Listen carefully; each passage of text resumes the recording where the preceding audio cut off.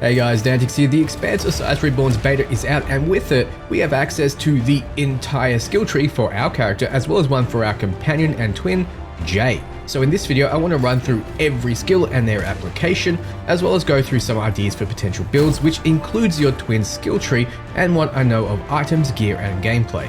Let's get right into it.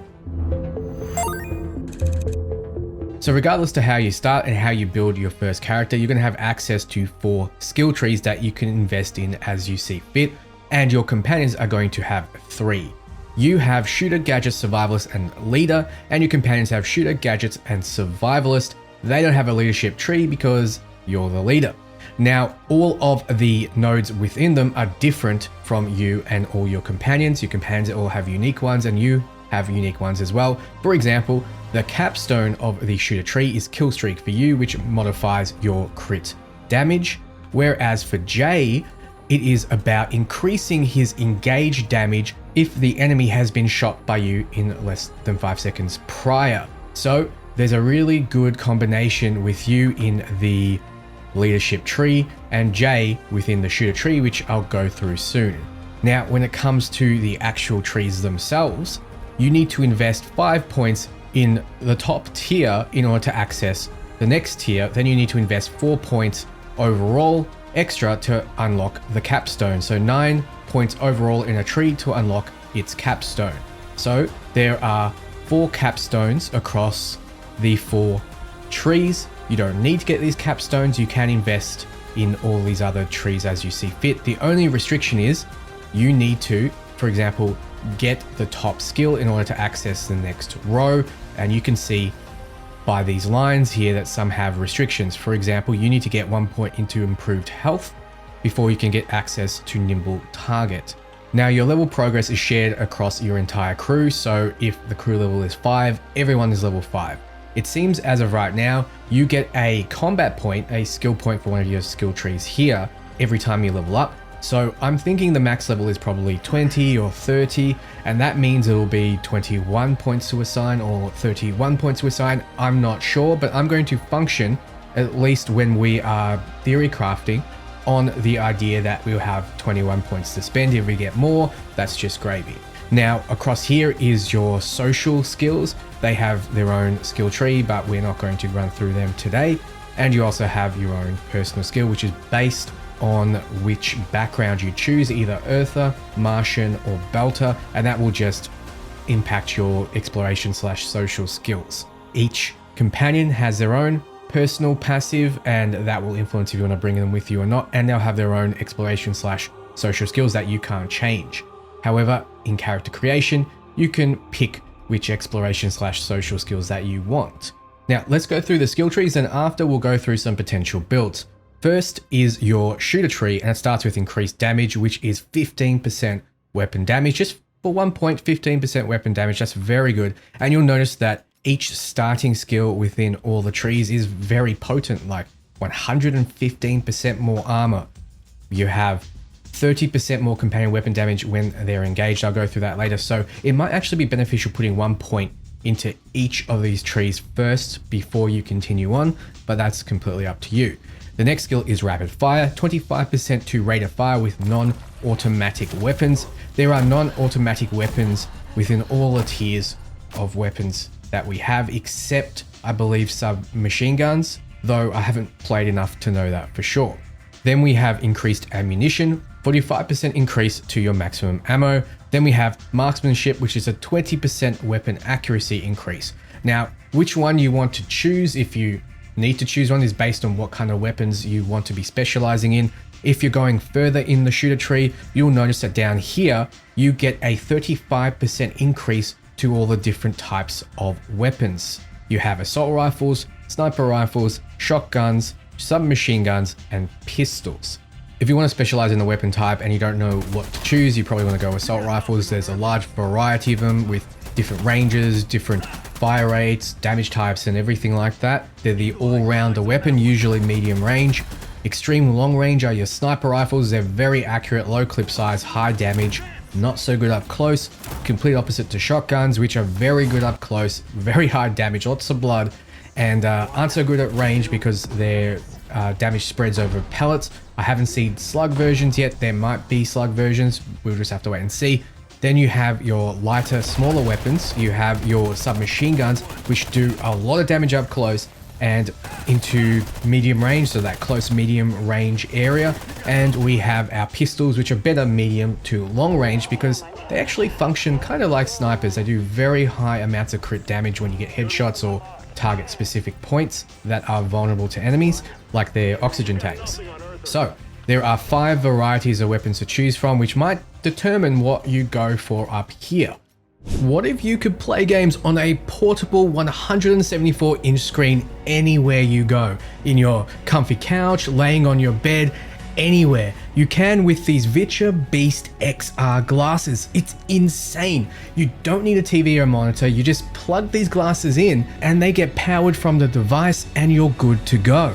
I was lucky enough to get sent these and I've been using them for everything from script writing to playing on my Switch 2 in bed without waking up the missus, because yes, the screen can be anchored and has a crisp 120Hz refresh rate, but also the sound comes through these and is pretty damn impressive as well. It's hard to show you what I'm experiencing because you need to see it for yourself, but essentially putting these on is like looking at a massive adjustable cinema screen. It's like strapping a projector onto the back of your skull and watching the magic happen through your eyes. You can also watch supported media in full immersive 3D with the Immersive 3D app. Using the mobile dock, which doubles as a power bank, you can connect to your console like the Switch 2 and play on the go. I had to go to Singapore recently for work, and this, coupled with the ability to change the opacity of these glasses, was an absolute godsend.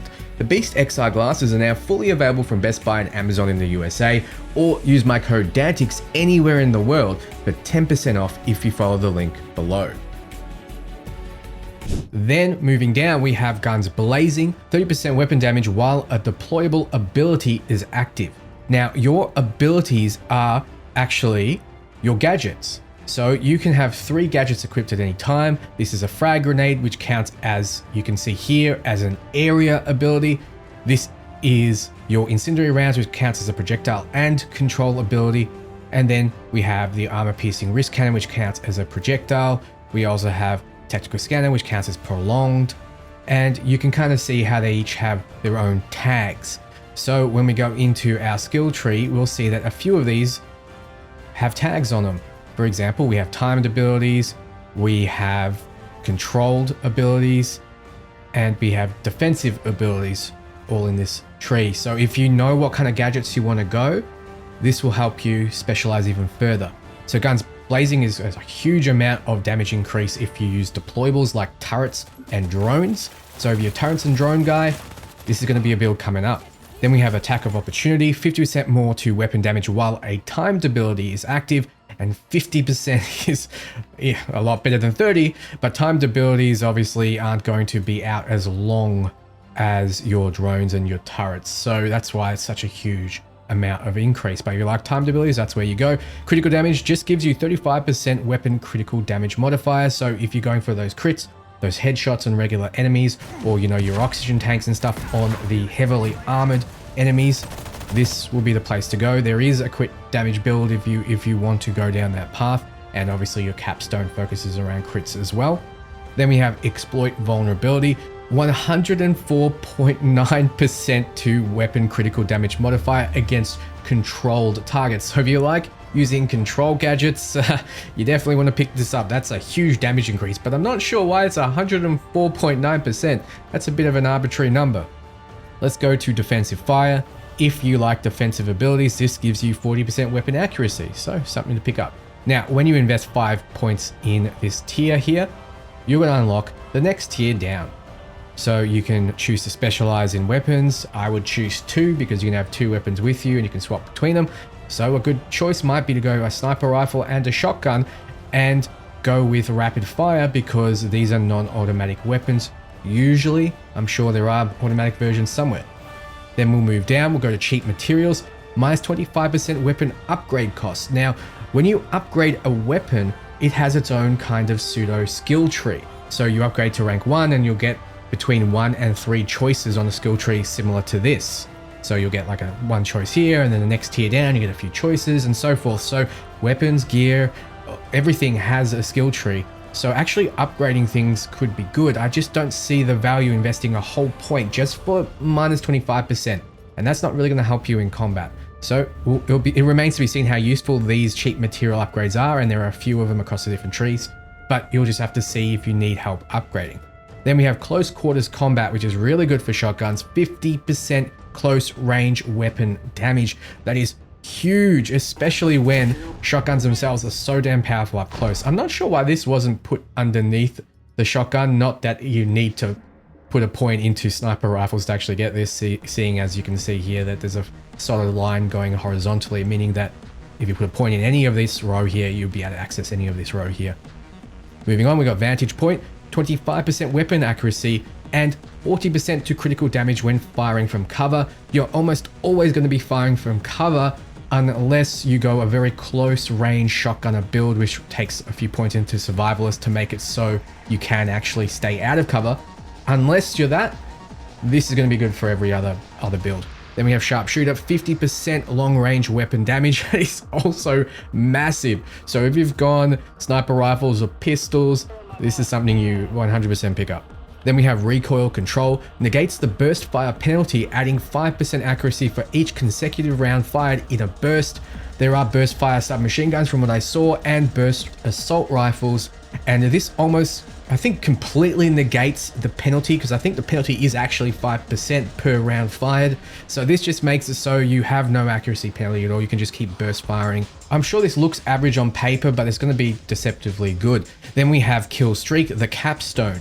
When you get 4 extra points in any of these 2 tiers here, to a total of 9, you can unlock this. Putting a point into it will mean you invested 10 points in the total tree. Kill streak makes it so you get increased critical damage modifier by 20% for each opponent killed, and this effect lasts until the end of combat. So this stacks. If you've killed 5 enemies, that is 100% extra crit damage for the entire combat until you're out of combat, which is really, really, really potent, especially if you consider it's each opponent killed, not each opponent killed by you. So it can be your companions that kill it, can be your turrets and your drones that kill it, it can be environmental hazards that kill those enemies, and you still get this plus 20%. So this is a lot better than it looks on paper as well.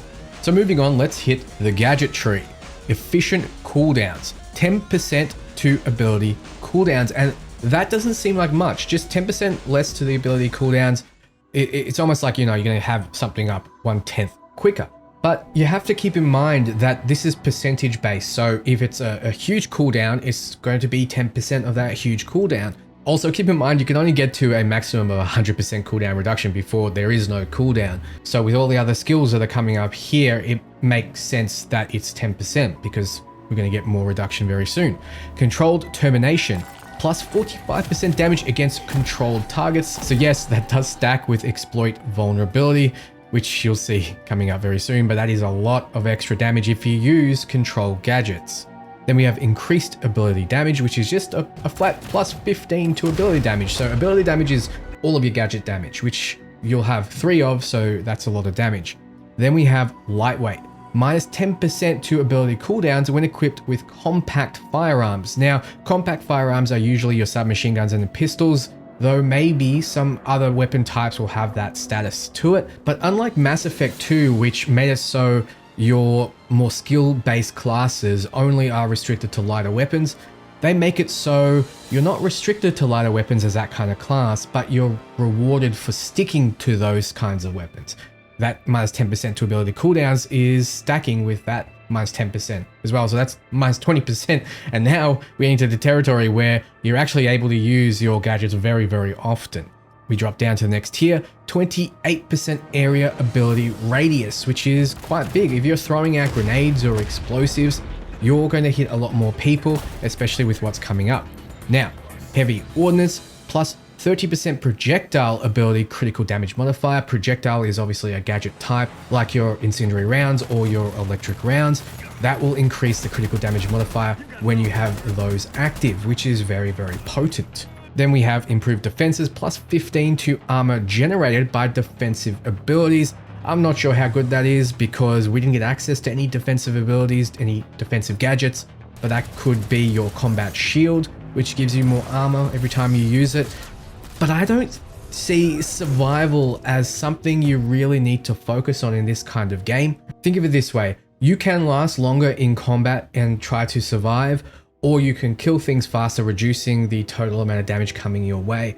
And usually people go for that. Even in hard mode, I played through the beta multiple times in the hardest difficulty, and I never really had problems with dying. I'm sure it can get more difficult. I think these kinds of defensive abilities are more for the casual player.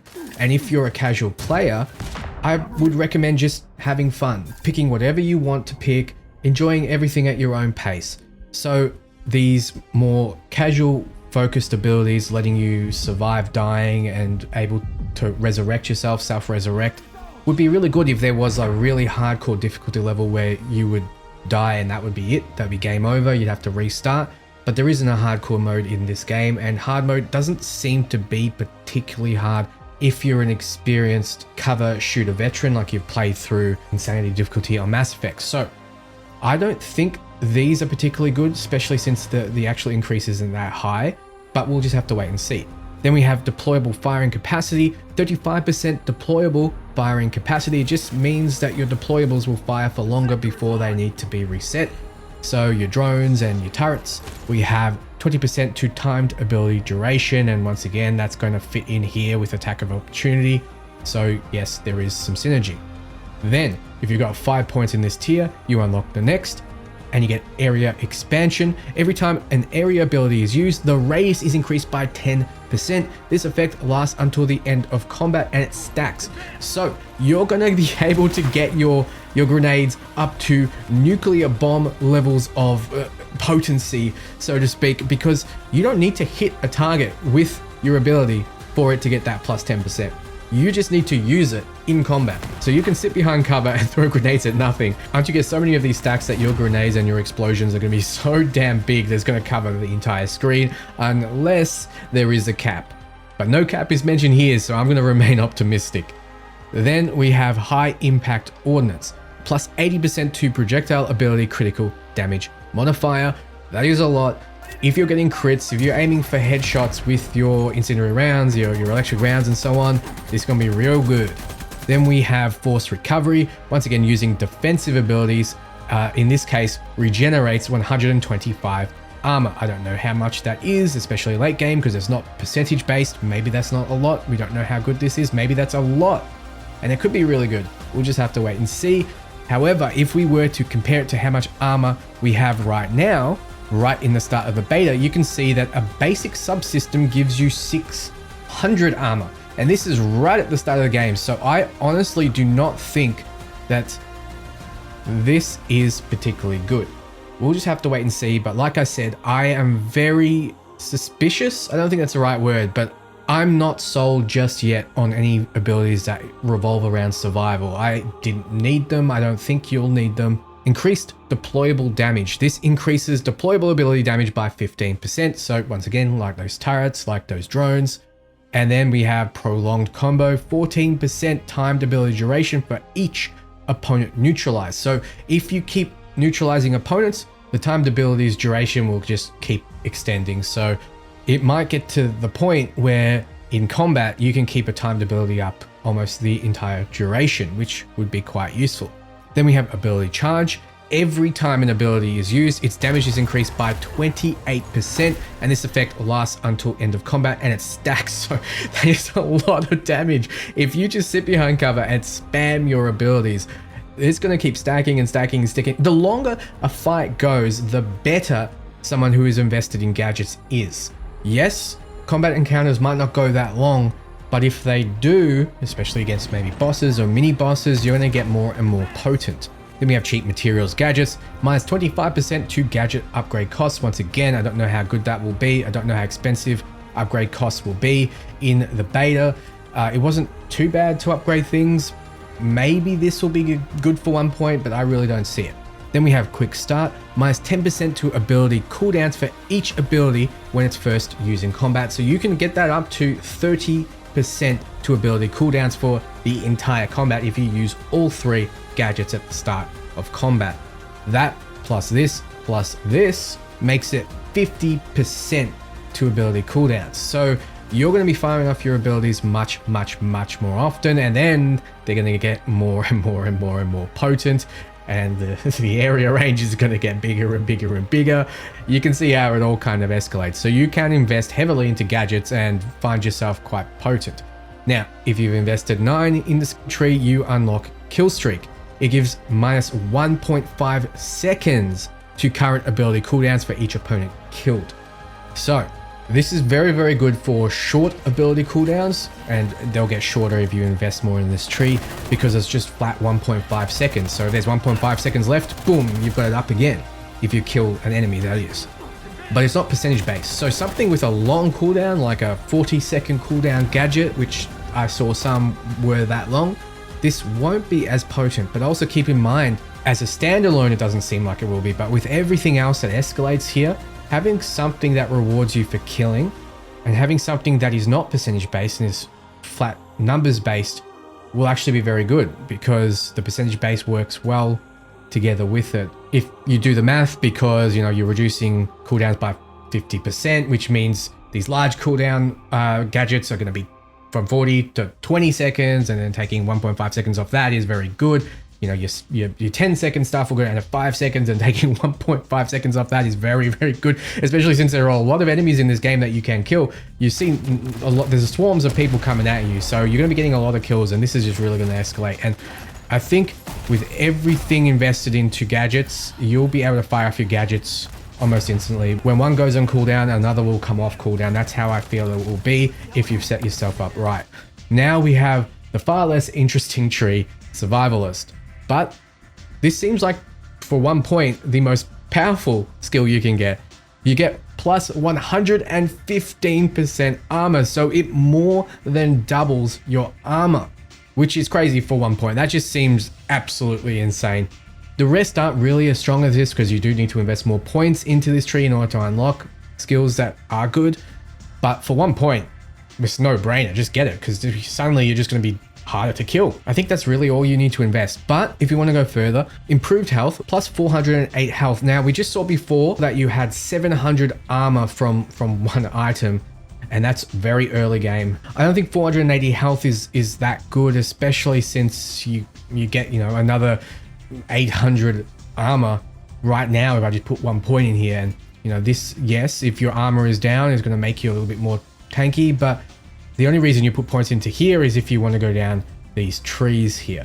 Now we have self-repair, 108% armor regeneration speed, and minus 80% armor regeneration delay. If you're really tanking yourself up, this is going to make you extremely tanky, because you're just going to duck behind cover and just regenerate almost instantly. Then we have martial arts. This is a skill I really like because it gives you 30% close range damage, and you'll see with the shotgun build coming up that I'm going to use this. Moving down, we have Last Stand, 30% damage if the character's armor is 0. And you see some counter synergy here, because you buff your armor up and you buff your armor up in other areas here, which I'll go through soon. So getting your armor down to 0 is going to be a little harder. But if your armor hits 0, you get 30% extra damage to everything. Your guns, your gadgets, everything, which is really damn good. Moving to the side, nimble target, minus 45% incoming damage while dashing or sprinting. Now, you'll be dashing or sprinting if you're getting from cover to cover, or if you're a close range character that wants to get up close to someone to shotgun them in the face. So minus 45% incoming damage is actually quite good. However, most people will spend their time behind cover because this is a cover shooter. Then we have enhanced repair foam. You get +1 to your repair foam and 40% foam efficiency. This is your repair foam up here. You see that right now I have 3 charges. You find repair foam around the levels to restock yourself, but pressing it, you'll start regenerating your armor and your health. Now, the 40% seems like it's okay, yeah, it's gone up a little bit, but that's actually quite good because it's already a percentage based heal. So if it was, I'm not sure, 60%, I think it's probably around that. I think this might just make it 100%. So it's just going to be a full heal with the repair foam. So it is good. I can't deny that it's good, but you have to actually take damage and actually be in a lot of trouble in order to make use of this. Then we have blast resistance, which is minus 130% to incoming area attack damage. I'm not sure exactly how percentages work, but I thought if you minus 100% damage, that means you take no damage from it. But I must be getting something wrong. Maybe this heals you 30%. I don't know. But all I know is you're going to be taking less damage from area attack damage, and that's grenades and stuff from your enemies. And enemies seem to throw a lot of grenades, so this can make you very, very resistant. Then we have, moving down from the martial arts, skill is plus 60% to melee damage while defensive abilities are active with defensive strikes. I don't know how I feel about this. If you're going a melee build, this could be very good. It's not as good as martial arts, because martial arts, you know, counts melee as well. I also want to point out that the devs did say there isn't going to be melee weapons in this game because it's the Expanse universe and it doesn't make sense within that universe. But you can melee strike, and there are particular buffs to melee within the athletics tree here. You see you get 10% bonus movement speed for the first rank, but down here you get 50% increased melee damage. So if you want to go a melee character, you definitely want to get the athletics social skill. Moving back, we have the next tier. You need to invest 5 points in this skill tree in order to unlock this tier. We have Revenge. When revived after being downed, the user revives with 18% damage bonus and minus 5 seconds to cooldowns for 9 seconds. So minus 5 seconds to cooldowns is absolutely huge. Some cooldowns are 7 seconds I saw for your combat scanner. This basically means you're going to revive and everything you do is going to be 18% stronger, and you're most likely going to have all of your gadgets up ready to go. Now this is banking almost entirely on you getting downed, and everything above it is kind of counter synergy to that. You get more armor, you get more health, and how are you going to get downed? Well, you'll see with the one below it. I'll just go through the one below it now. Once per combat, allows the user to end the down status on themselves. That means when you're downed, you don't need to call your companions over to use a repair foam to get you back up. Instead, you can repair foam yourself to get back up, which is almost instant. I'm actually not sure if you need to use the repair foam, but I assume you do. So you can be a little bit more loose with how risky you are in combat if you have gone down this line. Then we have Defensive Shell. When a character receives a negative status, they become immune to any negative statuses for the next 3 seconds, and it has a cooldown of 25 seconds. Now, negative statuses are like when you're burning, or if you're controlled, if you're stunned by hacking or any of those pandemic protocols, then this will trigger and make you snap out of it instantly. Now, this will probably be sneaky good dependent on how many negative statuses are floating around in this game. Then we have Tactical Maintenance, 125% extra armor. Of course, you're going to go all the way down here to get even more armor, but this basically means with both of these combined that you're going to have 240% extra armor, which is more than triple your starting armor amount. So I think that if you've gotten this, then you almost don't want to get Last Stand and these kinds of abilities, because it's going to be very hard for you to take enough damage to actually trigger it. I don't think the game is going to be that hard, that difficult, especially if you're in normal difficulty. If you're in hard difficulty, maybe it's going to get a lot harder than what it was, and we were only at the start of the game with the beta. But you'll see what I mean when I move on. We have Tactical Cover, minus 22% incoming damage while a deployed ability is active. And if you get to the point where you can keep deployed abilities out almost always, and you've invested in deployable abilities with these, then this could be good to pick up, but only if we're having trouble surviving. Then we have Assault Preparations, minus 38% to all incoming close range damage. So yes, this could be very, very good if you've gone a close damage build and you do rush into close range. But I think the problems will probably come from the snipers that are actually in this game, because getting to them in time, once you do, you can easily take them out. You don't have to worry about close range damage from them, but their long range damage is probably what's going to be hurting you.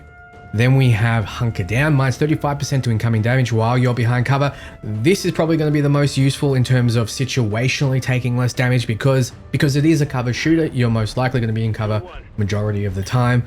Cover is destructible, so if enemies lay into a cover you're behind enough, it's going to break and you're going to have to move between cover. That's the only time this won't be useful. But besides that, I think Hunker Down is pretty good. Then we have Cheap Materials Armor, only 20% less to upgrade costs for armor subsystems. So it's 25 for the others, maybe because there's more armor subsystems for you to upgrade, they've reduced the amount that you save. But I think this needs to be up to 50% to be worth it. You need to invest all the way down into a tree. You need to invest 1 point, which is probably going to be very valuable in order just to reduce the costs. And I think if you know what weapons you want and know what armor you want, I don't think it's actually going to be that difficult. I think if you throw around upgrades willy-nilly, then yeah, reducing the costs is going to be good, but I don't think most people will want to put a point there when they could put a point into, say, heavy armor to reduce incoming damage while out of cover by 20%. So when you're storming to the next section, if you're a shotgunner, this could be good. Then we have Kinetic Converter, reduces current ability cooldowns by 1 second for each 520 damage dealt to armor. Now, we saw we had 700 before, so almost your complete amount of armor needs to be destroyed in order for you to reduce your current ability cooldowns by 1 second. Is this good? I don't think so. I think there is a lot of counter synergy in this tree, and you'll see that when you invest 9 points into it and unlock Defense Protocol, because once per combat, when armor is reduced to 0, emergency repair is triggered, regenerating your armor up to its maximum amount. Now that works with this because you're gonna get your 250% more, 240% more armor fully regenerated, and then you're reducing your cooldowns. But if you have Last Stand, you need your armor at 0, and this just regenerates it instantly. So you're going to get your armor at 0, this is going to regenerate it, you're not going to get your 30% damage bonus. And I think this is the best ability within the entire tree. This tree, surprisingly compared to the others, has a bit of counter synergy. You're going to have to be very careful where you put points. I don't think you're going to want to max this tree out. Some people might want to max out full Gadget's tree and just go a real gadget focus, or a real shooter focus, or a real leader focus. This one is probably the one you want to max out the most in terms of put all your points into it, because it all synergizes pretty well. But Survivalist, I don't think does. Now, let's move on to my favorite tree, Leader. For only 1 point, you get a huge bonus. You get 30% to companion weapon damage while engaged. Now, engage is an ability that you use by pressing Q. It makes your 2 companions attack the target that you targeted with the engage ability. It makes them use their signature gadgets. Signature gadgets, they can't unequip. You can equip another gadget to them. They can have 2, but one of those is a signature that they can't unequip. They will use those gadgets on the enemy that you engaged. If those are on cooldown, they'll use the gadget that you gave them, and they'll get a bonus to damage output when they're engaged. With this tree, it's going to buff up that engage command. So this is the first one that makes it so they get 30% more weapon damage while the engaged is on a target. So the engaged actually lasts on a target for a set amount of time, and you can buff that time up, which you'll see here with timed engagement, 38% engage duration. Very, very good. It combines very well with rapid engagement, which makes it so you can actually use engage much more often, more than double the amount, because it gives it minus 55% engage cooldown. So the cooldown is now only 45%, which is really damn good. So with just these 3, you have made engage extremely potent. So I would just recommend dumping three skills in this tree, no matter what build you've gone, because suddenly your companions are doing a lot more. Also, you have armor enhancement. It gives 30% to companion armor. That's if you want them to tank up. You have Jay here, who in the Survivalist Tree can actually taunt targets with Vanguard engagement. So the ability to actually pull aggro off you and him to absorb the damage means that, maybe you want to tank them up a little bit. We'll just have to see how strong enemies are and how quickly your companions drop. But from my testing in the beta, companions didn't really drop. They didn't really take all too much damage. They're almost like an exact clone of you. They deal the same amount of damage that you do. If you put on a weapon that you're using, you don't have any investment in shooter, they don't have any investment in shooter, they're going to be doing the same amount of damage you would do with that weapon. They take the same amount of damage you take, The only difference is they have one less gadget, they have one less subsystem that they can use, and they have one less weapon that they can use. But overall, they're very, very powerful, and this tree makes them even more powerful, which you'll see with guidance. It grants plus 15% to companion weapon damage while engaged. It also grants plus 42.5% ability damage against manually assigned targets of deployable abilities. So what this basically means that when you engage a target, your companion's weapon damage will increase by 15%. But the next part is completely separate to the engage command. It makes it so when you manually target your drones or your turrets, they do 42.5% extra damage. Manually targeting is just pressing the gadget ability again while you're hovering over another enemy. So the gremlin drones that you get access to in the beta, you can make them move from one target to another target, and when you do so, they're going to do a lot more damage. It has nothing to do with engage. So this is two abilities in once because it's guidance. You're guiding them to the target. Now you'll notice this tree lets you be a pacifist, which is a build I'm going to show coming up. It lets it so you can make your minions do everything. You can make your minions do all of the damage. You can sit back behind cover and almost just command them as you see fit. And you can do that as well with your drones and your turrets. You can become a kind of minion master if you invest into this tree. Then we have arm to the teeth, plus 20% companion weapon damage. Always going to be good because that is not conditional. Then we have 15% to companion armor and plus 5% armor granted by their defensive abilities. This is very low. I don't see this being as good as just flat 30%. Why would you invest support into this when Michael uses his defensive shield? He only gets 5% armor for doing so. Remember, they only have 2 gadgets to use. So I just don't see this being that useful. Not like Lethal Team. Plus 15% companion ability damage. This is always going to be good if you invested into companions. Next, we have squad control, 45% to companion damage against controlled targets. So a controlled gadget like your pandemic protocol will stun a target. While it's stunned, your companions will do 45% extra damage to it. Very good against bosses and the like, and also it combines pretty well with exploit vulnerability there.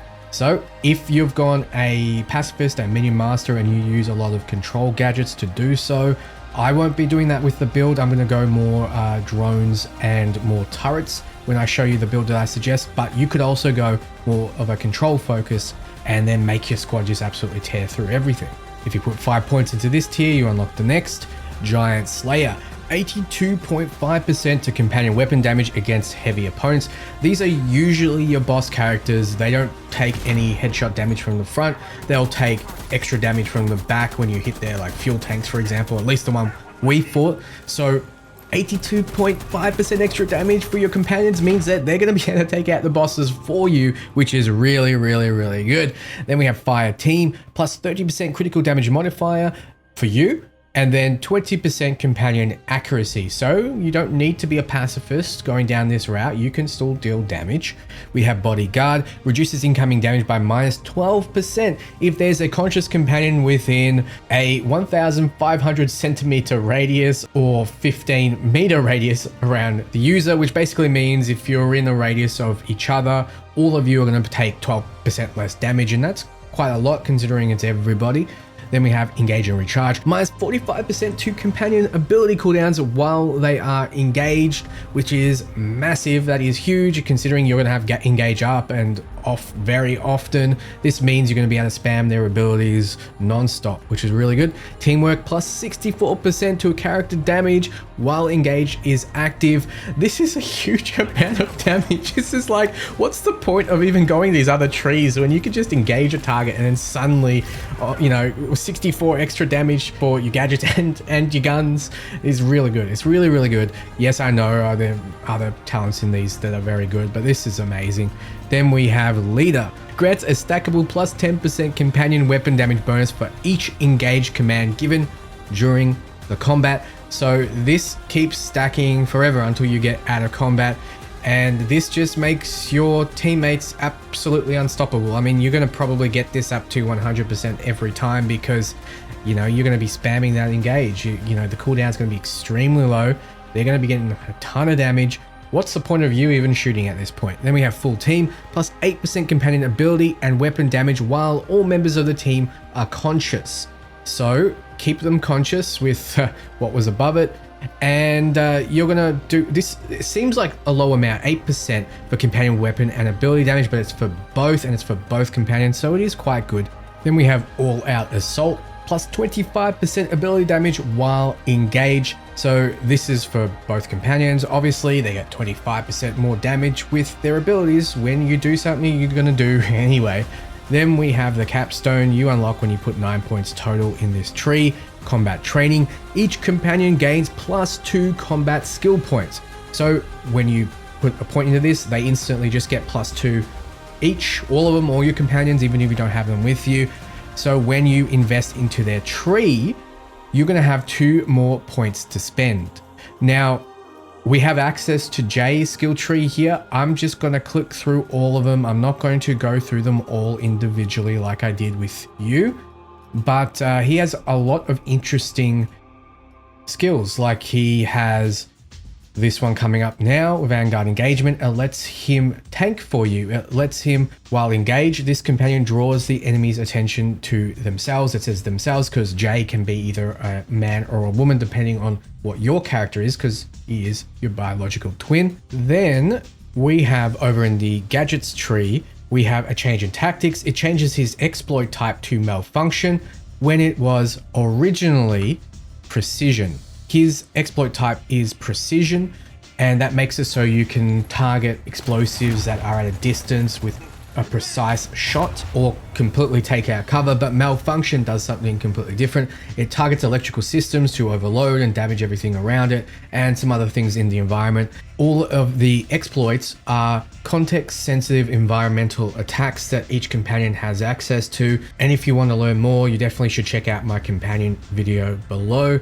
But basically, this is another interesting one. You can change what Jay does completely when it comes to exploits. So he has a lot of cool, interesting things. But I think what we should do now is go through some particular builds that I think will be quite interesting. So the first build I want to go through is the Control Shotgunner. What you want to do is you want to start in the Shooter tree and you want to pick up Rapid Fire. This makes it so you can fire your shotgun more often. You then want to pick up Exploit Vulnerability. This gives you a huge weapon critical damage modifier against controlled targets. You then want to pick up Critical Damage to further boost your critical damage modifier. It's very easy to hit critical points with a shotgun because it prays and sprays. Then you want to put points into anything else to get you down to the next tier. You can do increased ammunition, you can do marksmanship, but then you want to get shotguns for that 35% increased damage. And then you want to get close quarters combat, 50% close range weapon damage. It's absolutely massive, and we're going to make it even bigger very soon. You can go for the Capstone, but I don't think it's needed. You then want to head over to the Gadget Tree and you want to get Controlled Termination. That's 45% damage against controlled targets. So what you want to do is you want to get gadgets like the Pandemic Protocol, which stun targets. While they're stunned, you run up to them, you shotgun them, you do a massive amount of damage. So you can get more within this tree, but I recommend going to Survivalist and going down and getting Martial Arts for that 30% close range damage. You could also get something like Heavy Armor if you really wanted to invest in Survivalist and you were having trouble surviving, as it does decrease the amount of damage you take when you're getting up to your targets. There's also others in this tree, like I discussed before, that can help you get there. So what do you do with the rest of your points? You can pop them into Leader to help boost up Jay and your other companions, whoever want to come with you, or you could max out your Shooter, or you could make it so that your control abilities come out more often with the Gadgets tree. Then we head over to Jay. Remember that Jay's first gadget, his signature gadget, is not a control ability, though you can give him a control gadget and your other companion a control gadget as well. So when they control targets, you're going to do a ton more shotgun damage, and by controlling targets around the battlefield, you're able to get up close to them to deal that damage. So what do we want? First, I want to give him the ability to be able to taunt, because if he can taunt targets off you, it's going to be very easy for you to get up in their faces. Also, over in the Shooter tree, we have Controlled Termination, plus 25% weapon damage against controlled targets. You're going to control them, your other companion is going to control them, and Jay's going to control them, so it's just going to be 25% extra damage, which is very nice and tops off the synergy of this build. So when it comes to weapons, you want a good shotgun, you want to upgrade that shotgun as fast as possible, and you want a lot of control gadgets and upgrade them as soon as possible. The next build is very, very simple. You want to build with area coverage to increase your area ability radius, area expansion to increase the radius by stacking 10% every time you use a gadget. You want to grab the quick start to reduce the cooldowns every time you use your first gadgets in combat, and you want ability charge to keep stacking more and more damage. With those 4 in particular, you're going to be a really powerful nuclear bomb. This build will be about getting all the gadgets that you can possibly slot in that do area damage, and you want to start increasing their area damage to astronomical levels, so you're just absolutely clearing the screen. The beauty of this build is you really don't need to invest anywhere else. It's all subjective. You can reduce the cooldowns further, you can make it so you deal some damage with, say, sniper rifles if you want to stay at range and throw out grenades, because grenades are propelled in this game. They're rocket propelled, so they do get to where you need them to get to. You can do whatever you want with this build. You can make yourself more tankier, you can make yourself a leader and make, Jay fire off more area damage abilities as well, since he also has the ability with extended area to up his radius of grenades as well.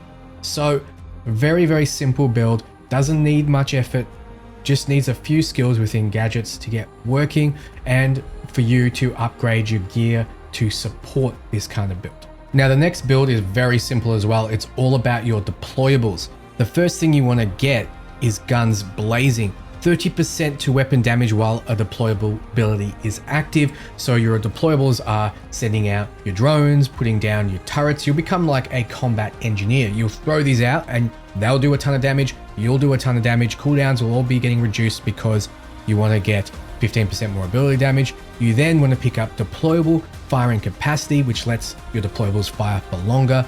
You want to get to increased deployable damage, which is 15% more ability damage with those deployables.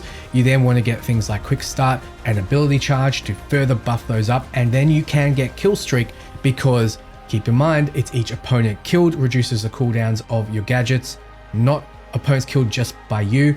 Your deployables count, environments count, and your companions count. Now over in the leader tree, we have guidance. I talked about guidance before. When you target specific enemies with your deployables, they will do a ton more damage, so you have to pick this up. Now, I don't know if deployables count as companions. If they do, you want to throw everything else into this tree, because there's a lot of things that buff up companion damage. I don't think it does. I think they're a separate entity. The rest of your points are really up to you. You can tank yourself out, you can put more into leadership, you can make your gadgets come off cooldown much more often, but I think with deployables, they're going to last long enough with the abilities you just got, so you can put more into shooter. When it comes to Jay, you want to invest him into the shooter tree. You can make him tanky and make him taunt, but I think because you got a lot of things going on, you got a lot of targets being spread out, turrets and drones that will do the job for you.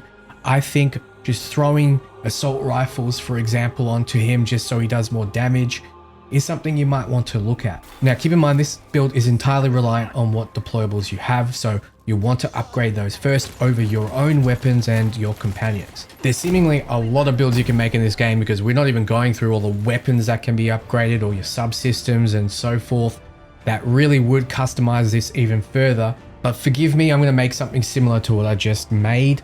This is going to be a pacifist / leader build. This is going to exist on the notion that you don't want to do any damage yourself. You just want to let your companions rip it up. You want to let your deployables and your drones rip it up as well. So you want to start in leader, and you want to get timed engagement for more engaged duration. You want minus 55% engaged cooldown as well with rapid re-engagement. And you want guidance, because this buffs up both your companions and your deployables. You want armed to the teeth for more weapon damage, and you want lethal team for 15% more companion ability damage. You want giant slayers so they can actually take out bosses. You want engage and recharge, so their cooldowns are much lower because you're going to be engaging a lot. You want leader because it gives them a stackable weapon buff. You want to give them all out assault because they get extra ability damage when engaged, and you want to get the capstone combat training because it gives your companions whom you are going to rely on 2 more combat skill points. Now, because you're relying on other things to do damage for you, you can go down the Gadget Tree here and you can get deployable firing capacity to help your deployables and increase deployable damage. But you'll notice that you're not going to pick up guns blazing because this requires you to attack and you're not building around that. Same with teamwork, which is really good, but this requires you to attack, so you don't want to pick that up. Then you want to go over to Jay and you want to head into his shooter tree to start with because you're going to be relying on him to do the damage. You're going to want engage and destroy, 15% more damage when engaged. You want hothead because, get this, Jay's defense is increased by 30%, but ignore that for now. Their damage is the same as if they are engaged. And now it doesn't matter if they're not engaged, his damage is going to be drastically boosted if he's shooting on the move, which you can make him do quite a lot. Then you want him to go down to tight duet, which will make him use the combat feat just before more often and will make him a lot tankier. You want to give him assault rifles or you want to give him submachine guns depending on what you're using for him in order to increase his damage. And you want to get coordinated engagement. This is plus 40% engaged damage if the target was previously hit 5 seconds prior. Now you might be thinking that means you need to shoot the target in order for him to get this bonus, and you'd be wrong because it counts your drones and your turrets as you hitting the target. So if your drone or your turret hit the target, your coordinated engagement is going to proc for Jay and he is going to do a lot more damage. So this all works together. Once you get your second companion as well, you can swap all these people in and out to make it so you will never need to attack. You can rely almost entirely on your companions. Now, if you also wanted to get involved, I would recommend definitely coming here and picking up guns blazing. I would recommend starting to invest somewhere else so you can do damage as well, and you definitely pick up teamwork. So those are my current builds, the builds I want to try out first. There are plenty of other builds that we could go through. We could go through, you know, projectile abilities, we can go through defensive abilities, we can go through timed, we can go through being more tanky and surviving and becoming stronger because of it. We can go through other weapon types, like we could go a sniper rifle build with pistols and focus on being ultra accurate and getting those crit modifiers up really high. We could also focus on, even though I wouldn't recommend it, cheap materials and really upgrading everything nice and fast. Where is cheap material? There. Everything else was in the middle there, and shooter decides to make it in the left. But what do you think, guys? What build do you want to pick first? Did I miss something that you really want to try? I know we don't have access to everything just yet, but I enjoy theory crafting, and I'm actually really excited for this game because with their CRPG roots, Owlcat really has given us a lot to customize our characters. There's a lot of replayability here. So I'll heart my favorite comments below. Let me know what you think. Thank you so much for watching, and until next time, ciao friends.